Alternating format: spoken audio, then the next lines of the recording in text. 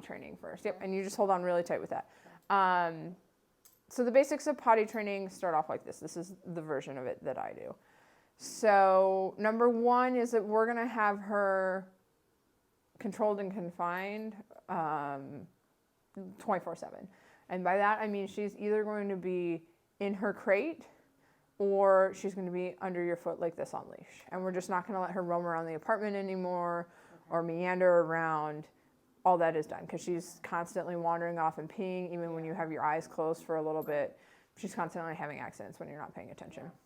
So we're not going to give her freedom around the house, and her routine is going to look like this. So she sleeps in the crate at night, right? Perfect. So when you wake up in the morning, you're going to leave her in her crate until you have time to like take her out and do your thing. So if you need to get up and brush your teeth and get dressed and get ready in the morning, just leave Molly in her crate. Okay. And then you're going to wake up in the morning and you're going to go, all right, cool, it's time to go outside. So we are going to leash her up and we're going to take her outside. We're going to go to the same patch of grass and we're going to do the same area every time we potty so that we are constantly putting our pee and poop smells in the same spot over and over and over again. More nervous dogs really like a good routine, so same kind of a thing. Okay. We're going to go out and we're going to go out for like 5 to 10 minutes, like 5 minutes max. We're going to go out real short, and if she's not going to the bathroom, you are coming right back up, she's going right back in her crate. Okay. Don't take 45 minutes to do this and let her take forever. It's out, nope, back up in the crate. And I know you're up on the second floor, so like it's a lot of stairs, but we're going to get our steps in. Yeah, for sure. But don't take forever on it because like you've got things to do in the morning. Right. So she doesn't go to the bathroom, back up in the crate. Okay. You're going to let her sit in the crate for like 30 minutes-ish to maybe an hour, kind of depends. And then the next thing you're going to do is you're going to leash her up. You're going to take her right back out to that same potty break for about 5 minutes, 5-10 minutes. Still no pottying. Okay. Back up into the crate we go. Okay. And those are her two options. She can either spend all day in the crate or she can go outside to go to the bathroom. Gotcha. Okay. Is she currently going to the bathroom in the crate? No. Cool. That's great. That's really, really helpful because it means that like if she has a full bladder or a full bowel and she will not go to the bathroom, you can always put her up in the crate and keep her in there, and she's not as likely to go to the bathroom. Yeah. And the reason is that the crate is small and confined, and most dogs tend to be fairly cleanly about it, and they don't really want to pee and poop where they have to sit and where they sleep. They have a like soil the nest program built in where they're like, cool, I will not go to the bathroom where I eat and where I sleep. Okay. Question. Yep. Is she has, like, if I get up in the middle of the night to pee at like 3 in the morning or 4, she hears me. And then if I crawl back into bed, she starts whining and whining and whining. So I had been, even at 3 or 4 in the morning, I'd get up, put her on the leash, take her out, and she would immediately pee outside because it's dark and she felt, should I continue that or should I just wait until I normally get up around 5 or 5:30? I just... Can she sleep through the night without going to the bathroom yet? Because she's kind of on that iffy age. Yeah, I think she may have, but seems like even if I go to bed at 9 or 10 at night or later, it seems like I wake up at 3 or 4 and I have to pee. And so I'll just go quietly, but she hears me, and that's when she starts. So I don't know if she would, if I wasn't getting up until like 5, I don't know if she would, sleep. And I think she just hears me and then starts, whining, and then I take her out and she does pee right away, or, it's normally just peeing. Is it a pretty lengthy pee or like a quick piddle? Very quick. Cool. I would say, because eventually at some point, and she's right around the age, it's like 5 or 6 months old, they should start to be sleeping through the night. They should have enough strength in their bladder muscles to make it all the way through the night. When you're talking about a 2 or 3 month old puppy, no, they're not going to make that yet. So you do have to do those usually middle of the evening potty breaks. With her, she's old enough in theory that she could make it all night and you not have to fuss about it. So I would say give it a try tonight. of like, you get up, you go to the bathroom in the middle of the night, and then just go back to bed and let her fuss and whine and see if she'll fuss herself back to sleep, Okay. and let her just sit in the crate. Should I, like, before I go to bed, because before I go to bed, I'll take her out, and she just sits there, doesn't pee or anything at 10 o'clock at night or whatever. Sometimes it'll be like 7 or 6 when the last time I saw her pee, and then she refuses to pee at like 10 at night before bed, and then, I get up at 3, and I'm like, it's been quite a while since she peed. That's why, but like I said, she will just, she doesn't pee that long. Mm-hmm. So It's very quick peas. Yeah. So I don't, Gotcha. That's what I've just been iffy on. Do I continue? Mm-hmm. Trying to get her to pee at 10 o'clock and then go to bed and then just, hold It's a little bit of a trial. yep. It's a little trial and error, and you gotta figure out kind of what happens. The way that I treat potty training is I get my dog on my schedule. So instead of doing, lots of people love the potty bells, lots of people wait for their dog to give them a signal. I don't put that kind of ownership on a puppy this young.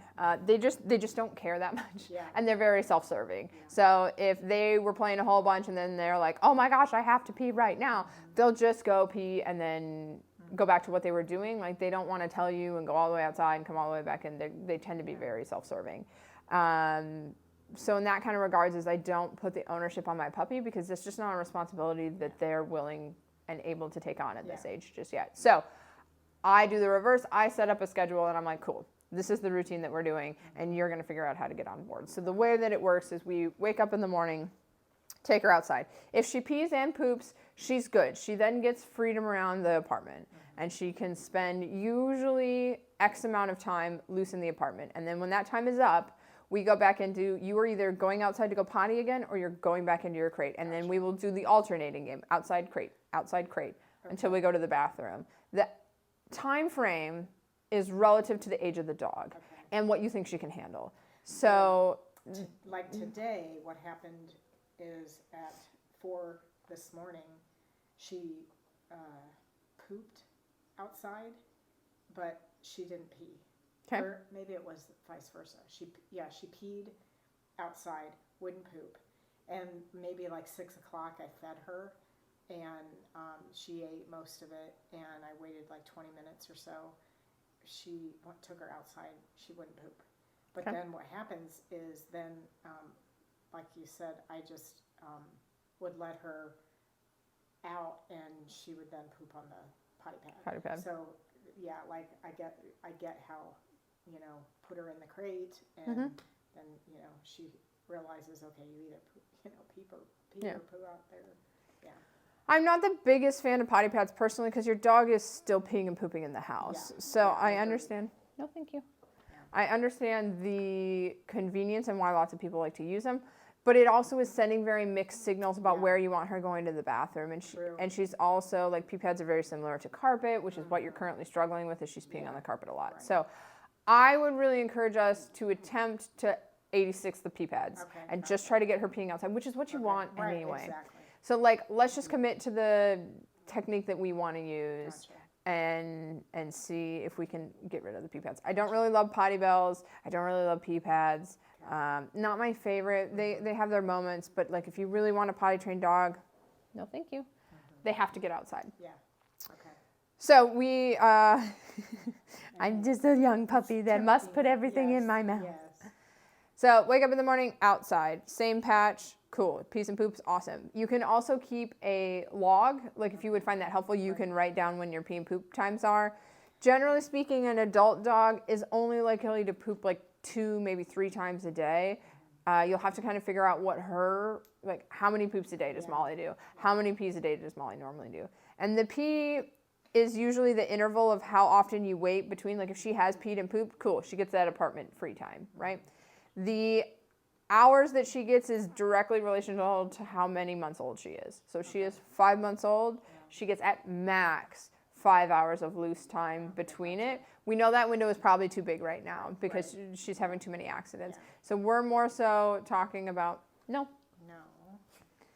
So we're more so probably in the, like, 2-hour range or so. With a really, Sure. really young puppy, it's usually like every hour, Yeah. and then it's 2, maybe 3. What happens if she, like early in the morning, if she decides to pee, but she doesn't poop? Should I then put her back in a crate? Okay. Pooping's a little different because if you know hi, no, thank you. If you know she needs to go, you got to put her back in the crate. But like she may not poop every potty break. True. So if you wake up in the morning, let's say you get up at like 7 in the morning and you take her outside and she pees and poops, and then you've got maybe a 3-hour window. So you would do like 7, 10, 1 p.m., 4 p.m., 7 p.m., and then a questionable 10 p.m. So that's like 5 potty breaks a day, but she is not likely to poop all 5 of those, and it's more likely like poop in the morning, pee, poop midday, pee, poop before bed kind of a thing. It seems like she poops after she's eaten. Yep, that's very common. Yeah, so, but the problem I've been having is, she'll eat, then I wait 20 minutes or so, and she just sits there. She won't poop. Mm-hmm. And so then but what I'll learn is now I put her back in the crate instead of letting her. Yes. Don't let her around the house because you can't trust her. Yeah, and if I put her in the crate, if she starts whining, I assume that's because she has to poop. We also know that she's got some anxiety issues too, which tends to put dogs on the slightly more whiny side. The difference is that if we let her whine, and always are letting her out of the crate when she's whining, we're teaching her to whine to get out of the crate. True. So, and you've taken her out and you're going to put her in the crate and then she's whining again, but I'm not going to let her, remember we're doing like a 30-minute crate timeout. You got to let the pressure in her digestive system build up so that when you finally get her out there, and you don't give her any other options, it's either hold it in the crate, which she's currently motivated to do, or do it outside, which she's not currently motivated to do. Right. And so we just don't let her... don't give her any other options, because her favorite is to pee and poop here in the house. Right. That's her preferred place, because she doesn't like the noises outside. She's more comfortable in here. Right. And we're going to do some training to help her feel more comfortable outside.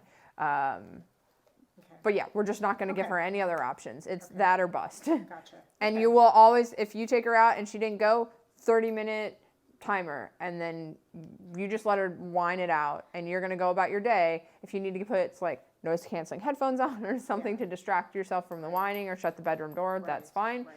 But it will always be 30 minutes and then back outside. Nope, cool, back in the crate. Do you think where the crate is now, that's by my bed, do you think that's a good spot to have it? Okay. That's fine. It kind of depends. It's usually more of a what's going on at nighttime situation.